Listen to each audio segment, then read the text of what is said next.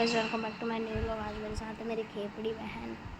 ये देखो गाइस, खेपड़ी बहन वो में उंगली दे रही है।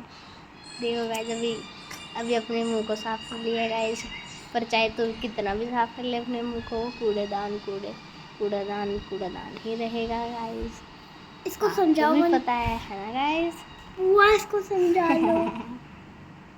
ये ना बुआ का वाइलेटर पढ़ाई नहीं कर रहा, ये पढ़ाई नहीं करता गाइस, और ये ऊपर से बहुत ज़्यादा बदतमीज करता है और मेरी गुड़िया को मार देता है, और है ना मेरे बिना बात में मुझे चाटा मार देता है गाइस। देखो, जो कुछ कह रही है वो बिल्कुल झूठ कह रही है गाइस। झूठे तू है, झूठे। गाइस देखो, ये खेपड़ी, ये देखो गाइस,